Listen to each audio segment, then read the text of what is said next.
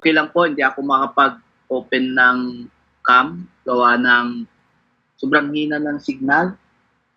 Ano po, salamat sa Lord.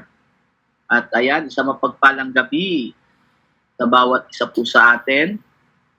Pasensya na kayo kagabi doon sa ating isang platform. No? Kasi tuloy, umuwi po ako dahil nga po may platform tayo dito sa Prayer Warrior. Nasa seminar po kasi ako. Ayan. Privilege na in-invite po ako sa seminar. Mga pastors po yun sa Baguio. At ayun.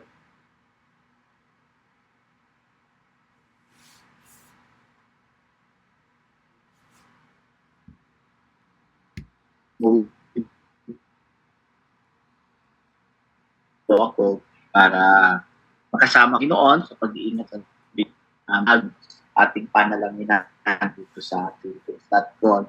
Din ako sa buhay ng mga leader natin, lalo na kay Sister Ma'am Beverly, kay Ate Andrea, amen, at naging kay Sister Ma'am Annalyn, amen. Salamat po sa inyo, sa lahat ng bumubuo na napakalaking pribilehiyo at tiwala, ika nga, na magdala ng salita ng Panginoon. At bago po ako mag-umpisa, gusto ko munang batiin lahat ng ating kasama ngayon dito sa ating platform. Okay, sa mapagpalang gabi po, Sister Lisel Liban, at kay Brother James Signon, kay Sister Kili Ann Baronia, kay Sister Nika, kay Sister Belly Jane, ayan, kay Sister Selena, kay Sister Imelda, Brother John, at siyempre sa ating leader sa platform, kay Nanay Andrea, kay Ma'am Beverly at Ma'am Annalyn. Ayan, tayo ay mag-travel na muli sa salita ng Panginoon. At tayo po ay dadalahin sa aklat po ng Lucas. Lucas chapter 19. Lucas chapter 19 verse 1 hanggang verse 10. Sabi po dito, at siya'y pumasok at nagdaan sa Jericho. At narito, isang lalaki na lang Sakeo. At siya isang puno ng mga maniningil ng bis. At siya'y may verse 3. At pinagpipilitan ng makita sa Jesus kung sino kaya siya. At hindi mangyari sapagkat dahil sa pandak. Verse 4. At tumakbo siya sa unahan at umakyat sa isang punong kahoy na sikomoro upang makita siya sapagkat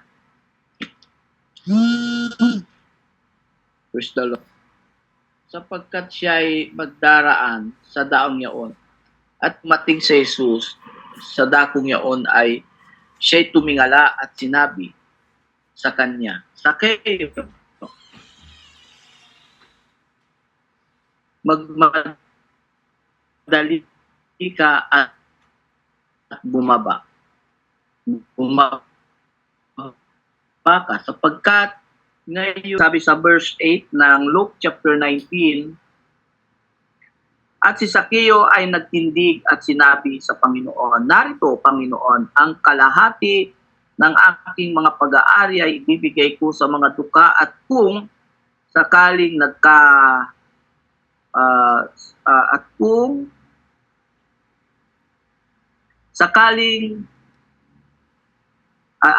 sakalit nakasingil ako may daya sa kanino mang tao ay isasauli ko ng makaapat. Verse 9, at sinabi sa kanya ni Jesus, dumating sa bahay na ito ngayon ang kaligtasan sapagkat siya ay anak din naman ni Abraham. Verse 10, sapagkat ang anak ng tao ay naparito upang hanapin at iligtas ang nawala. Purihin po ang Panginoon sa pagkabasa ng kanyang mga salita. Tayo po'y manalangin. Dakila at makapangyarihang Diyos, sa pangalan ng aming Panginoong Jesus, at sa patnubay ng iyong banal na Espiritu, Panginoon, marami pong salamat sa napakalaking pribilehiyo muli, pagkakataon, Panginoon, na narito po kami, pinag-isa mo kami, Panginoon, sa platform ngayong gabi. Salamat, Lord, at kami ay malaya na lumalapit sa iyo. Kaya ano po na patuloy ka namin maitaas, mapaglingkuran ka namin.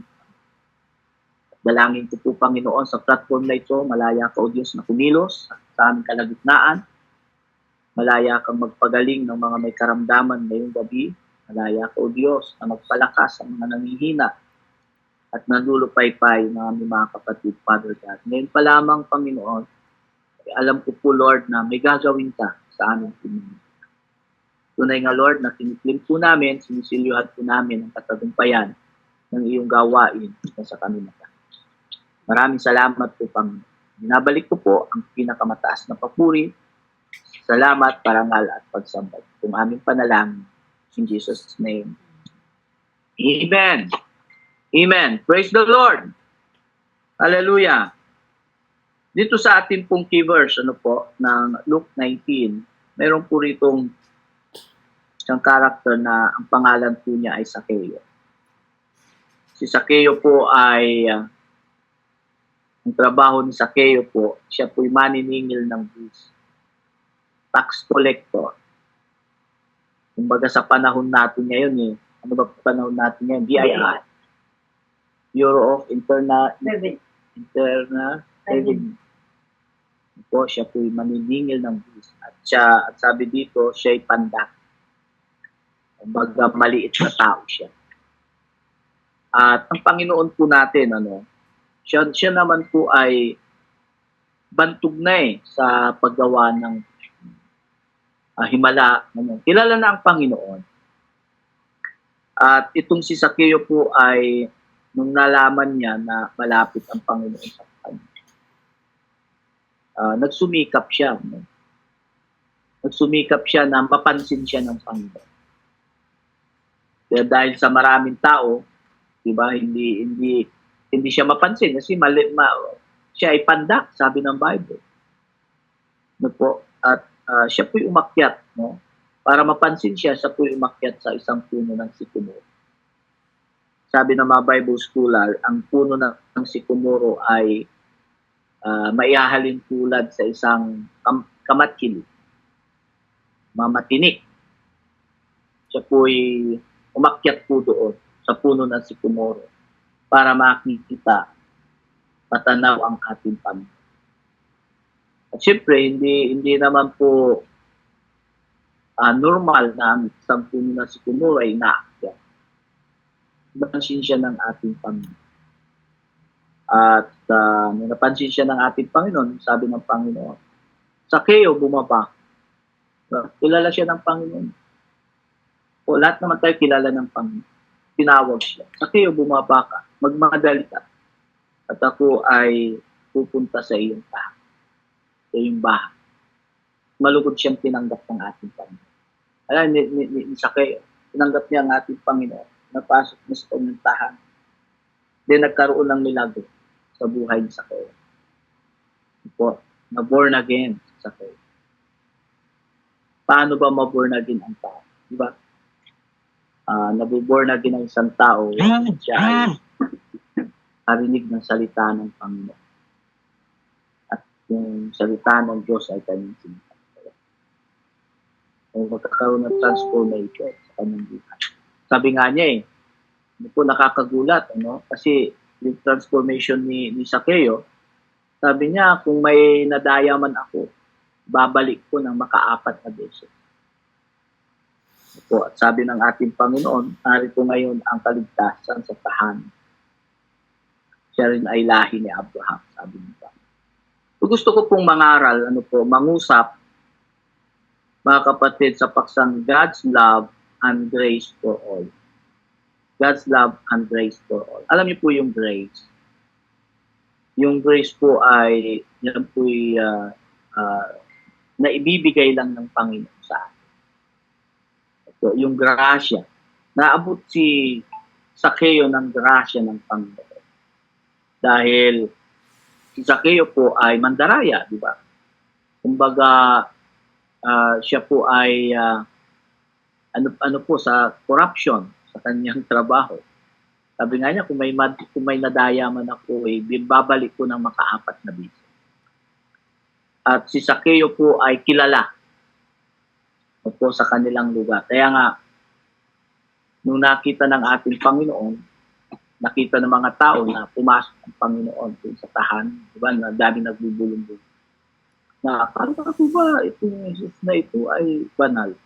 Bakit nakikisalamuha sa mga sala? Diba? So, dahil sa kasya ng pangtitinda, minsan nga may nagtanong din sa akin, sabi niya, yung grasya ay galing talaga yung sa Diyos. Tayo po'y nasa grasya kasi ng Panginoon. Ibig sabihin ng grasya ng Panginoon. Kaya tayo naligtas, kaya tayo nakakagawa sa Panginoon dahil din sa biyaya, sa grace ng Lord sa atin.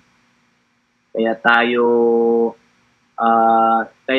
ay, alam niyo yun, kaya tayo nakakapaglingkod dahil doon sa grasya niya.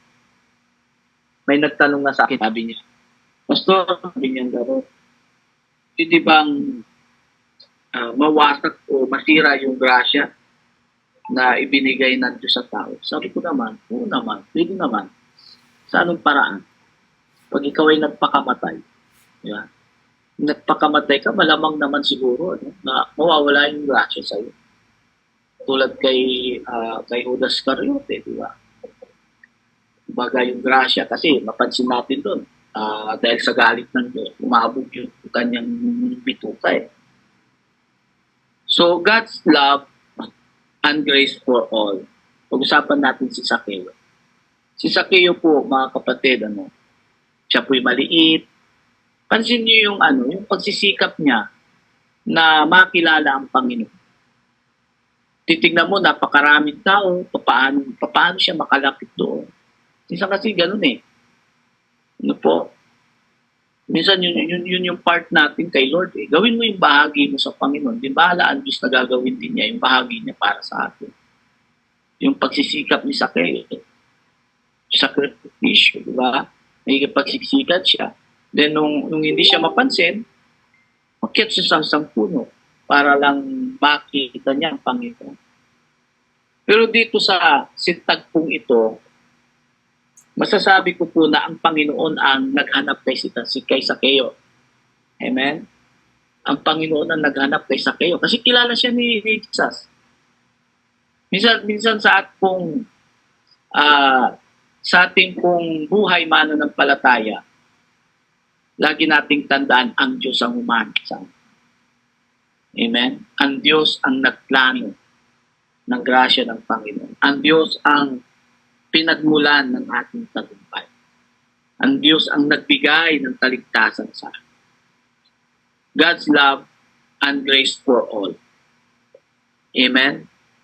Hallelujah. Kinakailangan para mag-meet yung grasya ng Panginoon sa atin. Number one, dapat seeking God. Amen? Dapat turuan din natin yung mga unbeliever na hanapin ang Diyos. Di ba? Turuan natin sila, motivate natin sila, pangaralan natin sila, teach natin na dapat ang tao hanapin niya ang Panginoon at masusupungan niya. Di po ba? Tulad ni Sakeo, naging, alam niyo yun, nagkaroon siya ng desire na makilala ang Panginoon at mapansin siya ng ating Panginoon. Kaya nga, nung nasa puno siya ng Sicumoro, napansin siya ng ating Panginoon. Bumaba ka agad. Sakeo, bumaba ka, sabi ng Panginoon. Diba? Kaya, dapat lagi nating hinahanap ang Panginoon.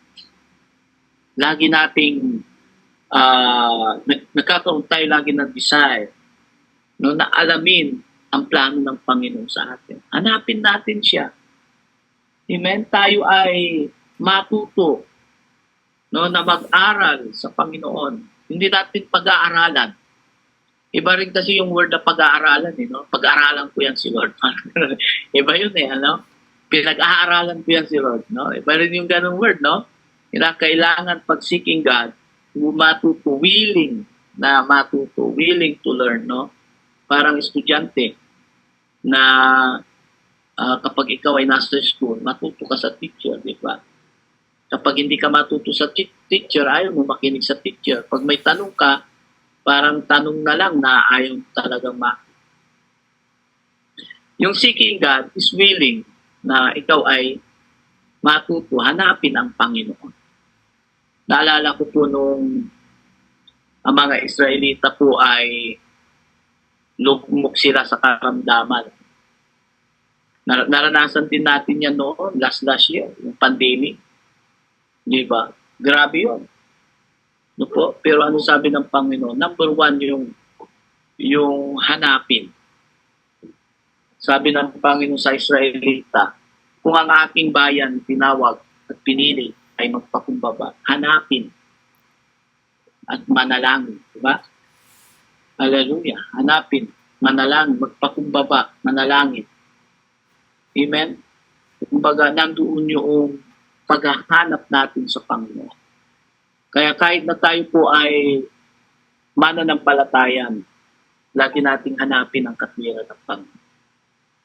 Amen. Kasi ang Panginoon, ginagawa niya po lahat. Yung God's love and grace for all. Binigay na po yan ng Panginoon. Yung grasya. Grabe yung grasya, no? Alam niyo po yung divine calling. Yung grasya ng Panginoon. Kung aaralin natin,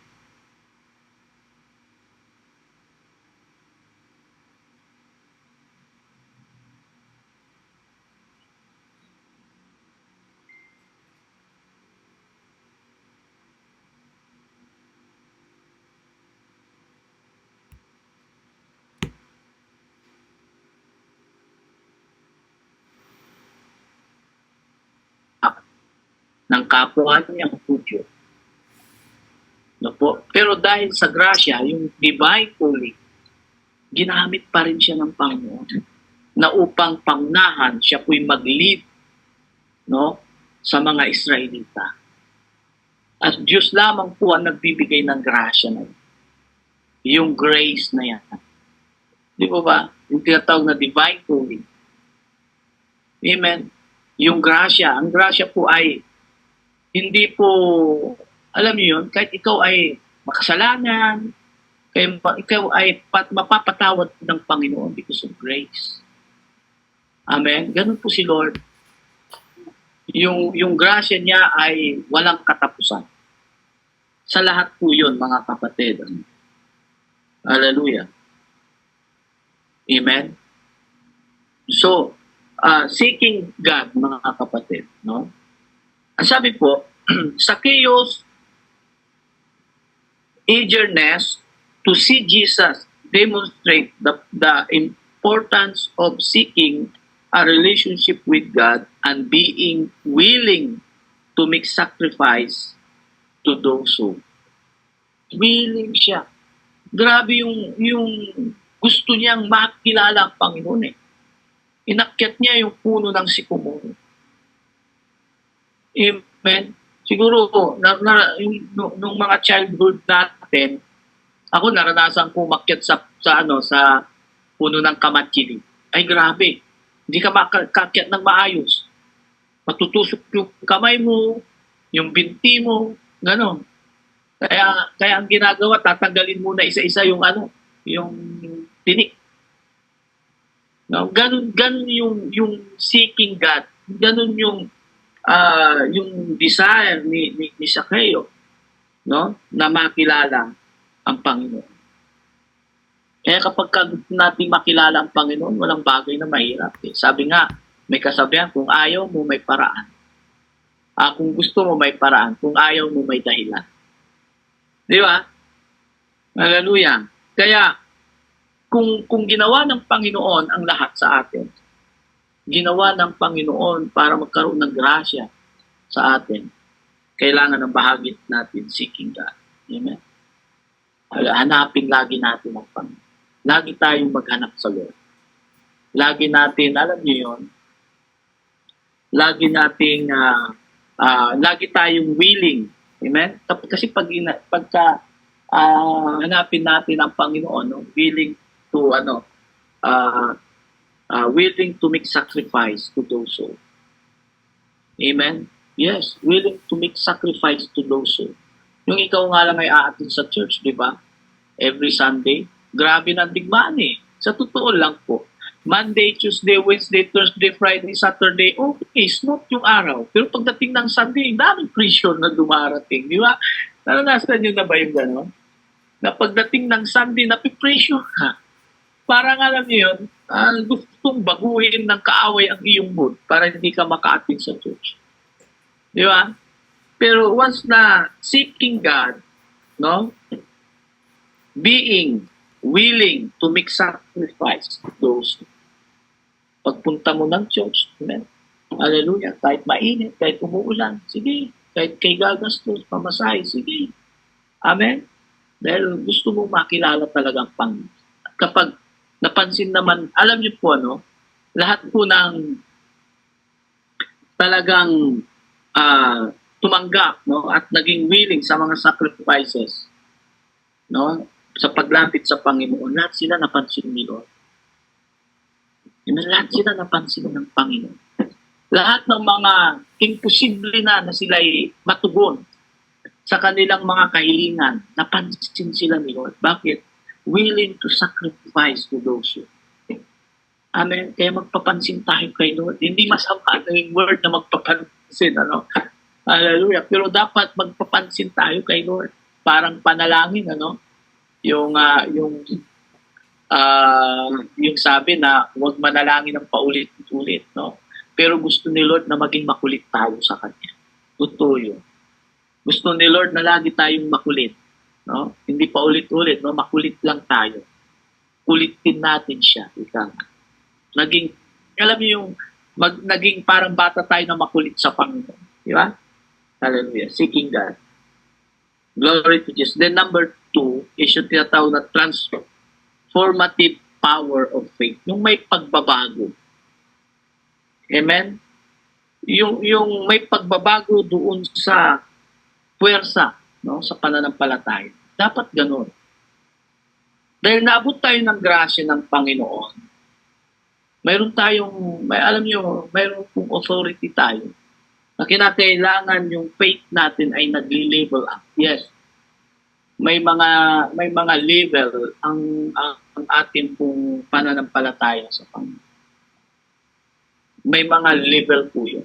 Pero dapat makamtan natin yung talagang power doon sa ating pananampalataya. Yung transformative power of faith. Yung nababago yung natin, nag-a-upgrade yun. Yun ang magandang word doon. Nag-a-upgrade yung ating pananampalataya. Amen? Lahat po tayo dumaan sa pandemic. Naalala ko po tuloy ang pandemic mo. Ang pandemic po ay daming takot na tao. Di ba? Sobrang takot, sobrang pangamba. Pero pinaintulutan ni Lord yun para yung mag-transformative power yung faith natin. Magbago. Hindi lang tayo, manatili doon sa step 1, kundi lalo natin ding i-level up yung ating pananampalataya sa Panginoon. Sabayan. Sabi ko nga, yung motto ko nga po, when pain is deep, go deeper in prayer. Kumbaga, kung lumalalim ang problema, lumalalim ang challenge, lumalalim po ang mga trials, laliman mo rin, sabayan mo ng paglalim. No? Hallelujah. Transformative power of faith. Amen? Kaya, kinakailangan tayong mga mananampalataya to transform yung ating faith. Hallelujah. Paano po ba natin ma-meet yung pananampalataya? Yung tinatawag na transformative power of faith. Kapag tayo po ay itinuon natin ng buong tiwala natin sa Panginoon. Yung mga bagay na hindi natin kayang gawin ng Panginoon. Itong si Zaccheo po, hallelujah, nagkaroon po siya ng transformative power sa pananampalataya. Zaccheo's willingness to repent and give back what he had wrongly taken show the transformative power of faith. Pero niyo yun, nung siya po ay na-born again, na napalataya sa Panginoon, humingi siya ng tawad sa Diyos, sa ating Panginoon. Then, kapag may nadaya ako, sabi niya, kasi sabi ng mga tao, si mandaraya. Pag may madaya ako, makiapat na bisis kong ibabalik sa kanila. See? Di ba? May transformative power. Yung faith niya may transformative power. Amen? May pagbabago. Kaya dapat tayo po mga naglilingkod sa Panginoon na may nababago sa akin. Di ba? Dapat araw-araw may nababago sa akin. Hindi lang yung mukha natin na nababago. Amen? Maging yung puso natin. Up o level ng ating paglilingkod sa Panginoon. Na-exercise natin yung level ng ating pananampalataya sa Panginoon. During pandemic, sabi ko nga, daming natakot. Diba? Daming nawalan ng pag-asa. Sa mga pandemic. Po, pero isa lang po ang mensahe ng Panginoon pag dumarating yung mga ganong sitwasyon sa buhay natin. Hallelujah. Itaas mo lang yung antas ng iyong pananampalataya. Transformative power. Okay. Nangyari yan kay Zaccheo. Bibihira po eh. Talagang kay Zaccheo, naranasan niya talaga. Pagbabago na tunay na born again. Sabi niya, kung may nadaya ako, apat na beses ko sa ulo. Hallelujah. 4 na beses na isasaulit. Amen? Kaya, nagkaroon ng transformative power. And then lastly, mga kapatid, amen, ang panghuli ko po ay the nature of God's way. Amen? Sabi the parable of the nobleman and his servant, God will hold people accountable for how they use the resource and talent to give them. Ito po si Zaccheo. Ito pong si Zaccheo po ay alam natin, no? Sinabi po sa ating key verse, babasahin ko po dito sa key verse natin. Hallelujah, dito sa verse 6, umpisan ko sa verse 6, sabi niya, at siya'y nagmadali at bumaba at tinanggap siyang may tuwa. At nang makita nila ito ay nangagulong-gulungan. Hallelujah, silang lahat na nagsasabi, siya'y pumasok na nululuyan sa isang taong makasalanan. Amen. Hallelujah. Kilala si Zaccheo sa lugar na siya po ay manluloko. Kilala si Zaccheo sa kanilang lugar na siya po ay makasalanan. Pero dahil doon sa the nature of God's way, yung Diyos ang siyang magtataas sa iyo. Amen. Diyos ang gagawa at ikaw ay itataas ng Panginoon.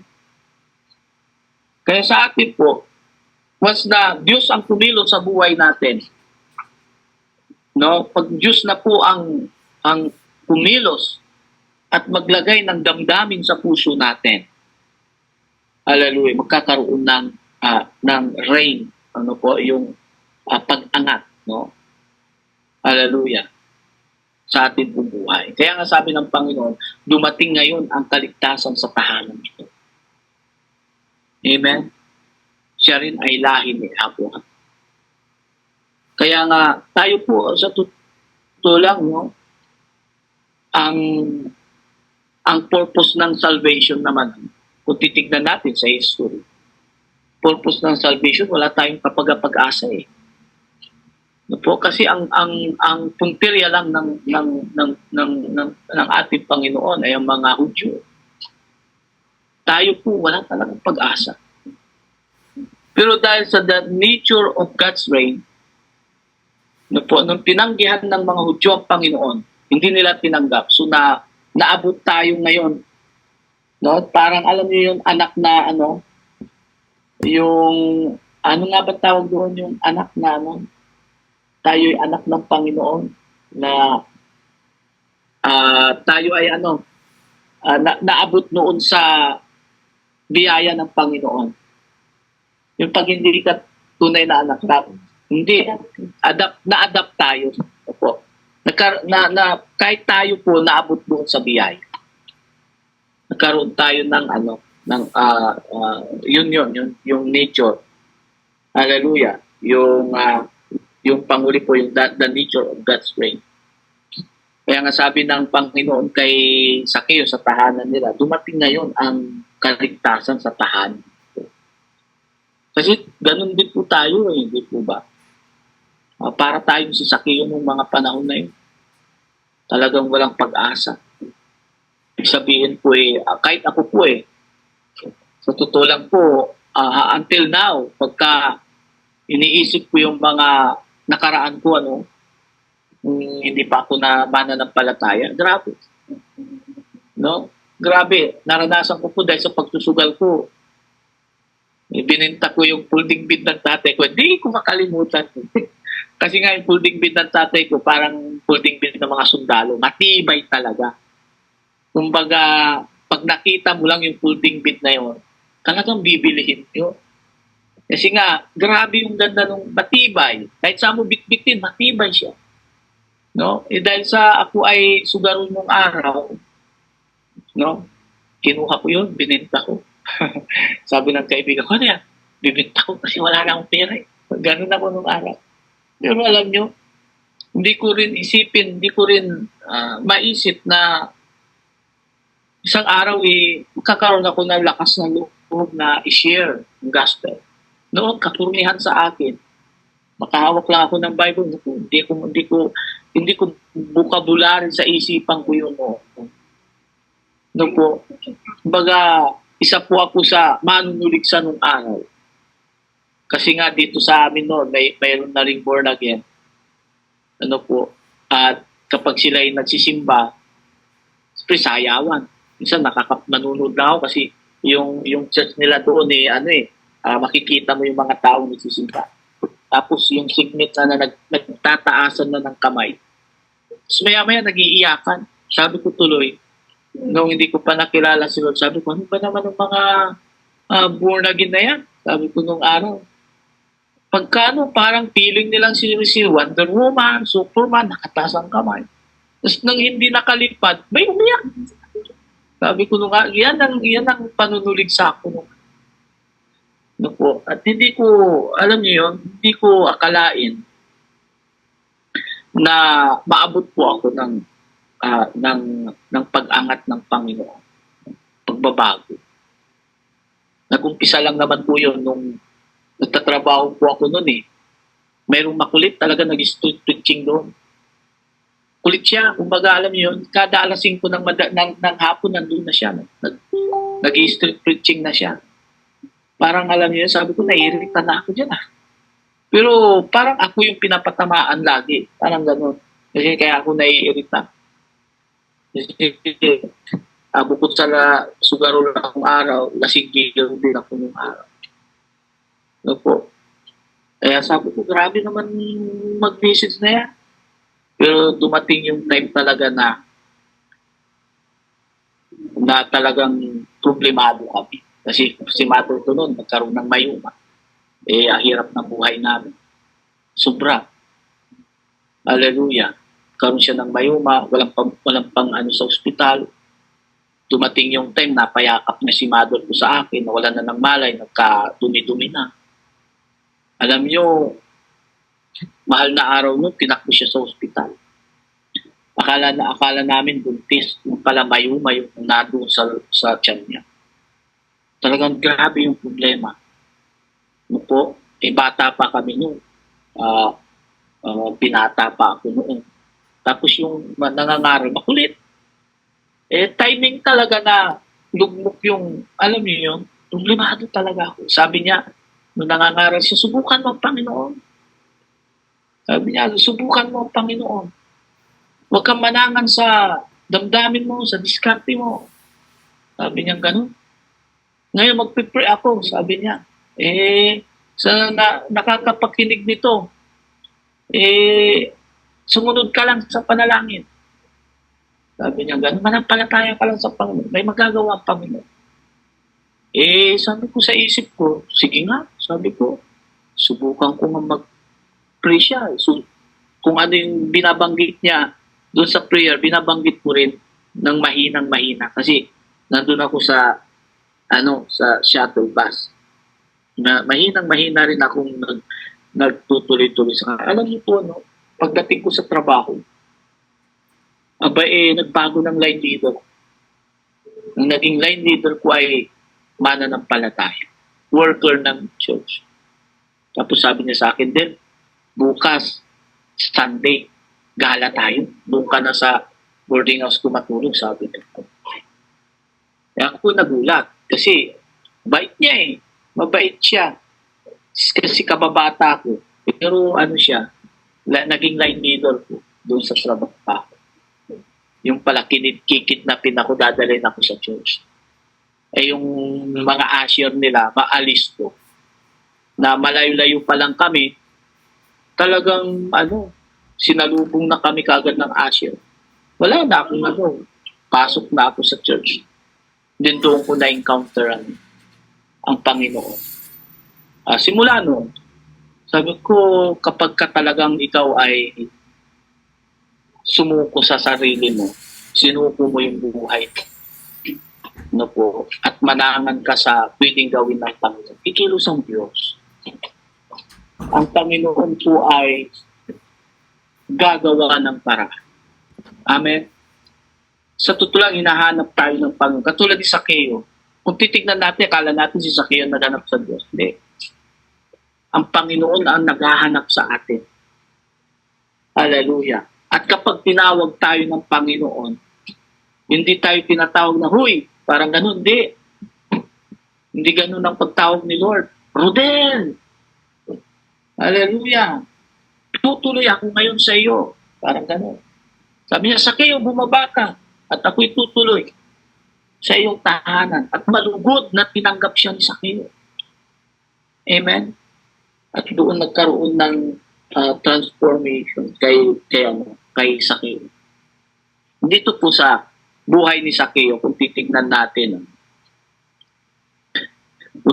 po natin yung life ni Sakeo. Siya po ay kasalanan, siya po ay mandaraya, nandoon na lahat. Pero dahil doon sa grasya ng Panginoon at pagmamahal ng Panginoon, na nag-respond siya doon sa tawag ng Panginoon sa kanya. Nakamtan po niya ang kaligtasan at pagbabago sa kanyang buhay. Amen?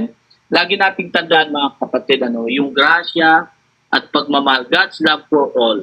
Amen? God's love and grace for all. Lahat po. Kasi may mga turo ngayon na ang pagmamahal ng Diyos ay hindi para sa lahat. Hindi po yung totoo. Ang pagmamahal ng Diyos para sa lahat. Ang inaantay lang ng Diyos tayo. Amen? Tayo yung magre-response lang sa Panginoon. Hinahanap tayo ng Panginoon. At kapag hinanap natin ang Panginoon, masusumpungan niya tayo. Masusumpungan natin ang Panginoon. Amen? Hallelujah. Kaya, sabi nga, doon sa aking hindi na ituloy na illustration, nung nagkaroon ng karamdaman, ang lupain ng mga Israelita, sabi ng Panginoon, kung ang aking bayan at tinawag at pinili, magpakumbaba, manalangin, hanapin aking mukha, masusumpungan nila ako, pagagalingin ko ang kanilang lupain, sabi niya. Amen? So, dito, mga kapatid, kay Sakeo, nakamtan po ni Sakeo ang favor ng Panginoon sa kanyang buhay. Amen. Kasi po, amen, yung kanya pong paghanap sa Panginoon, yung seeking God, Hallelujah. Amen? Seeking God ang talagang nagkaroon siya ng desire talaga. Baga, naging ano siya naging yung eagerness niya na makilala talaga at mapansin siya ng Panginoon. Minsan dapat ganun po pala. Tayo po bilang mananampalataya, maging makulit lang tayo at maging matiisin, no? Willing tayo na magtiis. Amen. Para hanapin ang Panginoon sa ating buhay. Masusumpungan natin siya. Then yung pangalawa po, mga kapatid, yung pangalawang points ko po is, hallelujah, yung pangalawang points ko po, yung transformative power of faith. No? Baguhin natin. Ibig ko pong sabihin, i-level up natin. Bigyan natin ng power yung pananampalataya natin. Hallelujah. Bigyan natin yung puwersa yung ating pananampalataya sa Panginoon. Hindi tayo yung to see is to believe. Amen? Bigyan natin ng level up yung ating pananampalataya sa ating Panginoon. Amen? And then, ayun na po, yung the nature of God's will. So, ayun po mga kapatid. So, yun lang mga kapatid, sa simpleng message, alam ko po na tayo po ay napalakas. Lagi nating tandaan, wag tayong sumuko sa ating paglilingkod. Kung dumarating man yung pagsubok sa buhay natin, trials, gaano man kalalim o gaano man kabigat yung ating po mga pagsubok. Amen. Itaas lang natin, no? I-upgrade din natin. Hallelujah, yung ating pagtitiwala, no? Yung ating pananampalataya sa ating Panginoon. Then makakayanan po natin. Amen. Hallelujah. Salamat sa ating Panginoon. Tayo po'y manalangin. Father God, maraming salamat po sa gabing ito, Father God. Tunay nga, Panginoon, kung paano si Zacchaeus ay nag-desire na makilala ka ng pulod. Ganon din po kami, Panginoon. Willing po kami mag-sacrifice, Lord. Willing po kami na makilala ka lalo, no? Lord, makilala ka namin ng mas higit pa, Panginoon. Kaya dalangin po po, Panginoon, patuloy na malaya ka na kumilos sa puso natin, sa buhay natin. Malaya ka na pakialaman yung buhay natin. At ang buhay namin na ito, Lord, ay sa'yo lamang, Panginoon.